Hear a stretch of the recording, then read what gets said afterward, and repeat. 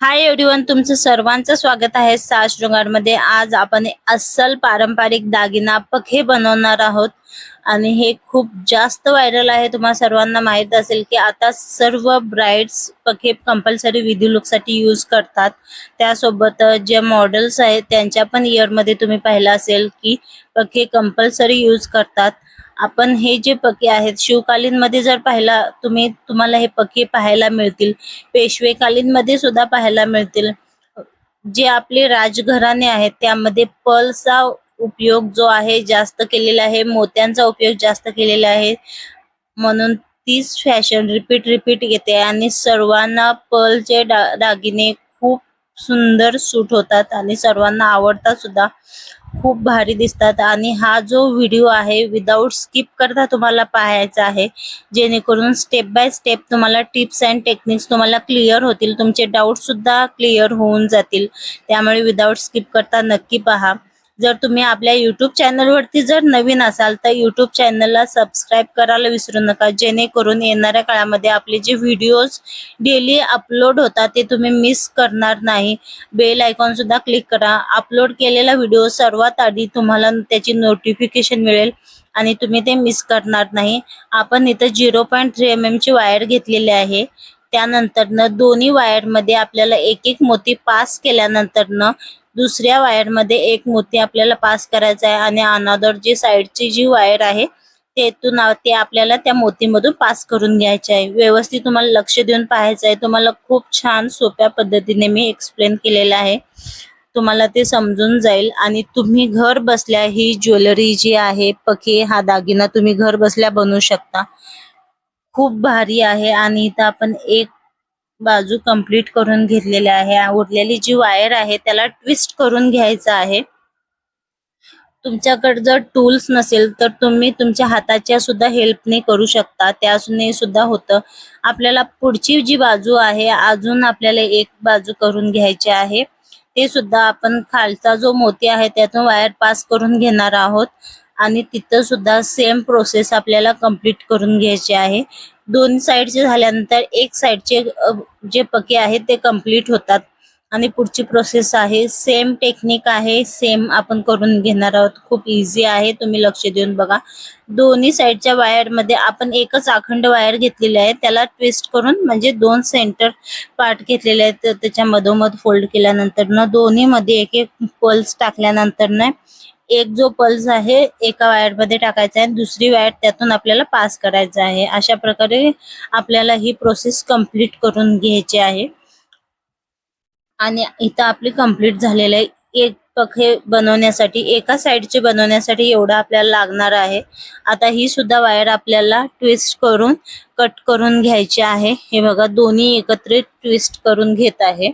त्यानंतर जितकी वायर तुम्हाला लागणार आहे तेवढी वायर तुम्ही ठेवू शकता, बाकीची वायर तुम्ही कट करून घ्यायची आहे। ओके, इथं वायर मी कट करून घेतलेला आहे। त्यानंतर थोडंसं तुम्हाला ट्विस्ट करायचं आहे आणि टूलच्या हेल्पने आतमध्ये त्याला फोल्ड करून घ्यायचं आहे। अशा प्रकारे ते फिक्स करून घ्यायचं आहे। जेव्हा केव्हा तुम्ही वेअर करता ते तुम्हाला टोचणार नाही किंवा लागणार नाही, यासाठी पकडच्या हेल्पने त्याला व्यवस्थित ट्विस्ट करून घ्यायचं आहे। त्यानंतर इथं आपण एक कुंदन घेतलेला आहे राऊंडचा, तुम्ही कोणत्याही प्रकाराचे घेऊ शकता। आपण पिंक मध्ये इथं घेतलेला आहे आणि त्याला आपल्याला 0.3 mm ची जी वायर आहे ती ट्विस्ट करून लॉक करून घ्यायचा आहे, फिक्स करून घ्यायचा आहे। प्रॉपर फिक्स झाल्यानंतर इथं सुद्धा आपण राऊंड मोती यूज करणार आहोत। जे राऊंड पर्ल्स आहेत हे आपले प्रीमियम क्वालिटीचं मटेरियल आपण यामध्ये यूज केलेलं आहे। एक मोती पास केल्यानंतर आपल्याला एक गोल्डन मोती पास करायचा आहे। एक मोती आपण पास केलेला आहे वायर मध्ये, त्यानंतर एक गोल्डन मोती आपण पास करतोय।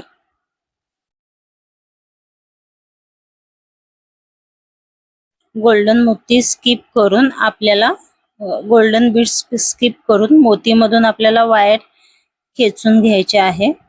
अशा प्रकारे फिक्स करून घ्यायचं आहे।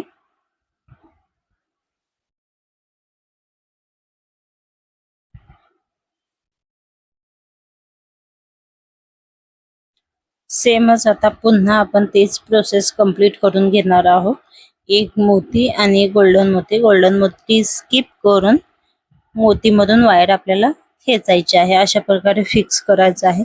जेव्हा तुम्ही हे फ्लावर बनवता मेक शुअर की तुमच्या दोन मोतींमध्ये जास्त डिस्टन्स राहणार नाही. जर मोत्यांमध्ये पर्ल्समध्ये डिस्टन्स जास्त राहिला त्याचा शेप बिघडतो, त्याची फिनिशिंग येत नाही. ज्वेलरी बनवणारे भरपूर आहेत, मी नेहमी सांगत असते, बट जे फिनिशिंग मध्ये बनवता ते खूप बोटावर मोजण्या इतके आहेत. त्यासाठी तुमची ज्वेलरी जर तुम्हाला सेल करायचं आहे, तुम्हाला ज्वेलरी आर्टिस्ट व्हायचं आहे, ज्वेलरी इंडस्ट्रीमध्ये तुम्हाला पुढे जायचं आहे, तर फिनिशिंग खूप मॅटर करते. त्यामुळे फिनिशिंग कडे लक्ष द्या. क्वांटिटी तुमची कमी असू द्या, तुम्ही भरपूर डिझाईन नका बनवू, चालेल, काही हरकत नाही, बट जे तुम्ही डिझाईन बनवताय ते क्वालिटीचे असले पाहिजे आणि ते फिनिशिंग मध्ये यायला पाहिजे. हे खूप महत्वाचं आहे. आता इथे आपले पर्ल्स कंप्लीट झालेले आहेत आणि त्याला आपण ट्विस्ट करून फिक्स करून घेतोय, जेणेकरून जे फ्लावर आहे ते आपल्या प्लेस वरून हलणार नाही, त्याची प्लेसमेंट सेट होईल. व्यवस्थित आपल्याला ट्विस्ट करून घ्यायचं आहे. प्रॉपर फ्लावर रेडी झाल्यानंतर अशा प्रकारे दिसतं. खूप सुंदर फ्लावर रेडी झालेला आहे. त्यानंतर आपण जे पर्ल्स रेडी करून घेतलेले आहेत तिथे आपल्याला त्याला फिक्स करून घ्यायचं आहे. जे वरती जे आपले पर्ल्स आहेत त्याची प्लेसमेंट तिथे आपली असणार आहे. पल्स वरती सुद्धा घ्यायचा नाही, पल्सला अगदी चिटकून घ्यायचा आहे, बट त्याच्या वरती घ्यायचा आहे. अशा प्रकारे व्यवस्थित वायरने ट्विस्ट करून घ्यायचा. वायर दिसणार नाही कुठेही याची पूर्ण काळजी आपल्याला घ्यायची आहे.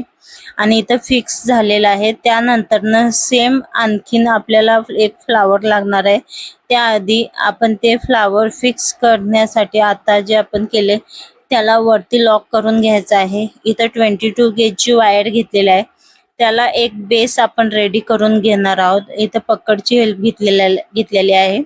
राऊंड शेप मध्ये सुरुवातीला आपण पकडला लूप दिलेला आहोत, त्या लूपलाच आपण कंटिन्यू राऊंड शेप देतोय, जेणेकरून त्याचा एक स्ट्रॉंग बेस रेडी होईल. त्यामुळे जे फ्लावर आपण अटॅच केलेले आहे त्याची प्लेसमेंट हलणार नाही आणि जे आपण वेअर करतो त्यावेळेस ते फिक्स व्यवस्थित होणार आहे. यासाठी आपण हे करून घेणार आहोत. तुम्हाला जितकी साईज तुमच्या जे मोतीची आहे, मोती फ्लावरची, त्या अकॉर्डिंग तुम्ही कम किंवा जास्त करू शकता. इथे मी माझं जे फ्लावर आहे ते अगदी मीडियम साईजचं आहे, त्याला मी व्यवस्थित फिक्स करून घेत आहे. आता बघा, जी वायर आपली उरलेली आहे तीच वायर इथं आपल्याला बेसला लॉक करून घेते. ती वायर झाल्यानंतर दुसरीच वायर तुम्हाला हवी असेल, असं वाटत असेल थोडी वायर राहिलेली आहे त्यामुळे फिक्स होईल न होईल, त्यामुळे तुम्ही दुसरी वायर सुद्धा घेऊ शकता. ती वायर कट करून दुसरी वायर तुम्हाला रॅपिंग करायची आहे. त्यानंतर त्याला कंप्लीट करून घ्यायचं आहे.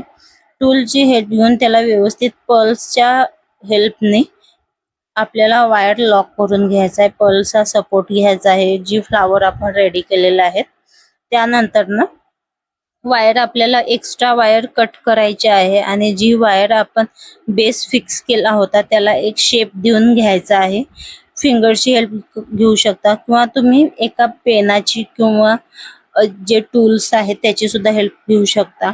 एक्झॅक्टली बुगडी बनवताना जसं आपण शेप देतो त्याच प्रकारे शेप द्यायचा आहे आणि खाली लूप करून घ्यायचा आहे. हे वेअर केलेले तुम्हाला फोटोज पाहायला आवडतील का, नक्की कमेंट करा. आणि ज्वेलरीची जी टेक्निक आहे आणि ज्वेलरी बनवण्याची जी प्रोसेस आहे तुम्हाला कशी वाटते मला कमेंट मध्ये सांगायला विसरू नका प्लीज, कारण मी ही मेहनत फक्त आणि फक्त तुमच्यासाठी घेते, जेणेकरून माझा युट्यूबचा प्रत्येक व्हिडिओ त्या लेडीज साठी आहे ज्या घरात बसल्या काहीतरी करायचं स्वप्न पाहताय, स्वतःच्या पायावर उभं राहण्याचं स्वप्न पाहताय, त्यांच्यासाठी मी हे व्हिडिओज घेऊन येत असते लॉंग मध्ये, जेणेकरून त्यांना डिटेल मध्ये समजून जाईल. आणखीन एक सेम फ्लावर आपला इथं रेडी झाल्यानंतर आपण ते एअरिंग बेसवरती लॉक करून घेतोय. एअरिंग बेस वरती प्रॉपर आपल्याला फिक्स करून घ्यायचं आहे. तुम्हाला समजलं असेल, आता जे वरच्या साईडचा आपण जे बेस लॉक केलेले आहे ते वरती येणार आहे बुगडीच्या वरती, आणि त्यानंतर आता हे जे आपण इयरिंग्स अटॅच करून घेतोय हे खाली आपल्या इयरिंग मध्ये येणार आहेत. अगदी व्यवस्थित लॉक करून घ्यायचं आहे जेणेकरून जे फ्लावर आहे प्रॉपर फिक्स होईल. एकदा फ्लावर रेडी झाल्यानंतर पूर्ण आपण लॉक करून घेतलो पर्सला. त्यानंतर आपल्याला काहीच करता येत नाही, त्यामुळे व्यवस्थित फिक्स करून घ्यायचा आहे. इयरिंग बेसला होल्स असतात, वेगवेगळ्या टाईपचे असतात, काही होल्सवाले असतात, काही छोट्या साईजचे असतात. ते फक्त ग्लूने टच करायचे असतात, आपल्याला चिटकावण्यासाठी असतात काही बट ते पुढे निघण्याचे चान्सेस असतात, त्यामुळे आपण ते यूज करत नाही. इथं आपल्याला सेम जसं वरती आपण अटॅच करून घेतलेलं आहे त्याच प्रोसेसमध्ये खाली सुद्धा आपण इयरिंग बेस अटॅच करून घेतोय. व्हिडिओ कसा वाटला मला कमेंट करून सांगायला विसरू नका. इथं आपले पखे रेडी सुद्धा होत आहेत आणि खूप सुंदर, मला तर खूप आवडले. तुम्हाला कसे वाटले नक्की मला कमेंट करून सांगायला विसरू नका. हे रेडी झाल्यानंतर मी वेअर केलेला फोटो इन्स्टाला टाकणार आहे. इन्स्टाची लिंक डिस्क्रिप्शन